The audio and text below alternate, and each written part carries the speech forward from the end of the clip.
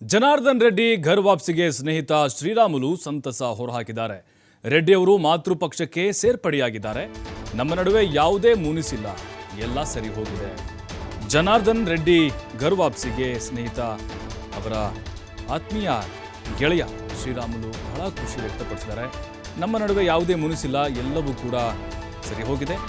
ರೆಡ್ಡಿ ಸೇರ್ಪಡೆಯಿಂದ ಬಳ್ಳಾರಿಯಲ್ಲಿ ನನಗೆ ಸಹಕಾರಿಯಾಗಲಿದೆ. TV5 ಜೊತೆ ಸಂತಸವನ್ನು ಹಂಚಿಕೊಂಡಿದ್ದಾರೆ. ಬಳ್ಳಾರಿ ಬಿಜೆಪಿ ಅಭ್ಯರ್ಥಿ ಮಾಜಿ ಸಚಿವ ಶ್ರೀರಾಮುಲು.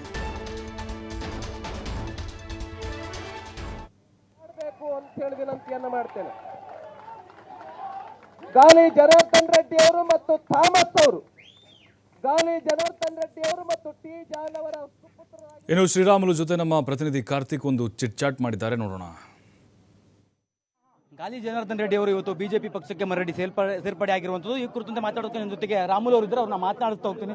ಸರ್, ಇವತ್ತು ತಮ್ಮ ಆಪ್ತ ಇವತ್ತು ಜನಾರ್ದನ್ ರೆಡ್ಡಿ ಅವರು ಪಾರ್ಟಿಗೆ ಪುನಃ ಮರಳಿ ಬಂದಿರೋ ಕಾರಣ ಬಹಳಷ್ಟು ಸಂತೋಷ ಇದೆ. ಯಾಕಂದ್ರೆ ಜನಾರ್ದನ್ ರೆಡ್ಡಿ ಅವರು ನಮ್ಮ ಭಾಗದಲ್ಲಿ ಒಂದು ಕ್ರೆಡಿಬಿಲಿಟಿ ಇರೋಂಥ ನಾಯಕ. ಇವತ್ತು ಪಾರ್ಟಿಗೆ ಬರೋದ್ರಿಂದ ನಮ್ಮ ಮಧ್ಯಭಾಗ ಕರ್ನಾಟಕ ಬಹಳಷ್ಟು ಶಕ್ತಿ ತಂದಂತಾಗಿದೆ.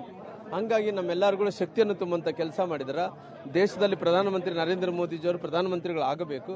ಜೊತೆಲಿ ಇವತ್ತು ಜನನಾಯಕ ಜನಾರ್ದನ್ ರೆಡ್ಡಿ ಹೊರಗಡೆ ಬಂದು ಯಾವ ರೀತಿಯಲ್ಲಿ ಶ್ರೀರಾಮಚಂದ್ರ ಪ್ರಭು ಅಗ್ನಿ ಪರೀಕ್ಷೆಯಲ್ಲಿ ಗೆದ್ದು ಮತ್ತೆ ಪುನಃ ಅವರು ಮನೆಗೆ ವಾಪಸ್ ಆಗ್ತಾನೋ ಆ ರೀತಿ ಜನಾರ್ದನ್ ರೆಡ್ಡಿ ಅವರು ಕೂಡ ಅಗ್ನಿ ಪರೀಕ್ಷೆಯನ್ನು ಗೆಲ್ಲೋದ್ರ ಮೂಲಕ ಪುನಃ ಪಾರ್ಟಿಗೆ ಸೇರ್ಪಡೆ ಆಗುವಂತ ಕೆಲಸ ಮಾಡಿದ್ದಾರೆ. ಲೋಕಸಭಾ ಚುನಾವಣೆ ಹೊತ್ತಲ್ಲಿ ತಾವು ಕೂಡ ಅಲ್ಲಿ ಸ್ಪರ್ಧೆನ ಮಾಡ್ತಾ ಇದ್ರಿ. ಇಂಥ ಸಂದರ್ಭದಲ್ಲಿ ಜನಾರ್ದನ್ ರೆಡ್ಡಿ ಅವರು ಪಕ್ಷಕ್ಕೆ ಬಂದಿರುವಂತದ್ದು ತಮ್ಗೆ ಎಷ್ಟು ಬೆಂಬಲ ಸಿಕ್ಕಂತಾಗತ್ತೆ ಅಂತ? ಬೆಂಬಲ ಅನ್ನೋದಕ್ಕಿಂತ ಕಾರ್ಯಕರ್ತರು ನೋಡಿ ಜಾತ್ಯತೀತವಾಗಿ ಸಂತೋಷ ಇದ್ದಾರೆ.